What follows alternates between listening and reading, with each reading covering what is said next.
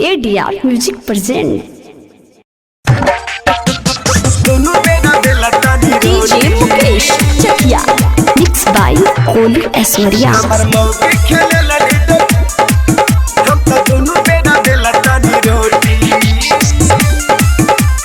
DJ Mukesh Chakiya lockdown के फायदा उठावतिया में हर मर्दा के बात के न करतिया के अरे हाँ बड़ा मन बड़ू हो गई है। लॉकडाउन के फायदा उठावतिया में हर मर्दा के बात के न करतिया के अरे तो खाके भइल बिया मोटी मोटी मोटी हमारे करा के हमर मौकी खेले लीड गोटी हम तो दोनों बेरा बेलता नी रोटी हमर मौगी खेले लीड गोटी हम तो दोनों बेरा बेलता नी रोटी हमर मौगी खेले lead DJ Mukesh Chakia ADR music by Sakhwa. दोनों बेरा बेलता नी रोटी सज के समर के बैठे सखियन के साथ में बेली बेली रोटी ठेला भइल बाटे हाथ में दोनों बेरा बेलता नी रोटी सज के समर के बैठे सखियन के साथ में बेली बेली रोटी ठेला भइल बाटे हाथ में नाश्ता बनाई फिर खाना ले जाई अपना में हरिया के गोड़ दबाई उनका बाल के पूरे निचोटी चोटी चोटी तो पूरा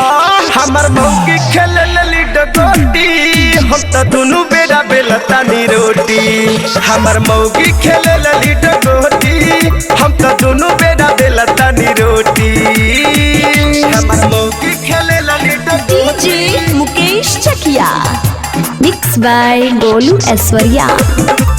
दोनों बेरा बेलता नी रोटी देखावे में मुंह बड़ा लागता शरम हो फूके में चूल्हा राइटर भूटन घूटे दाम हो तो दोनों बेरा बेलता नी रोटी देखावे में मुंह बड़ा लागता शरम हो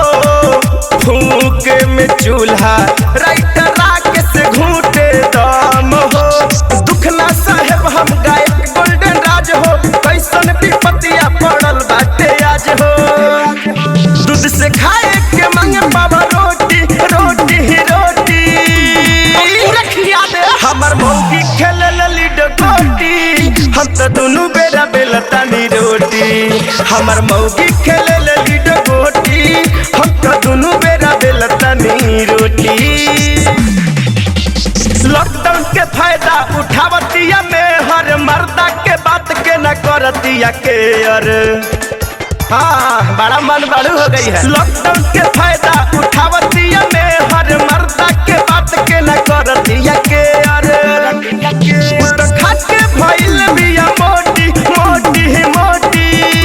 हमारे करा के हमर मौगी खेले लीड गोटी हम तो दोनों बेरा बेलता नी रोटी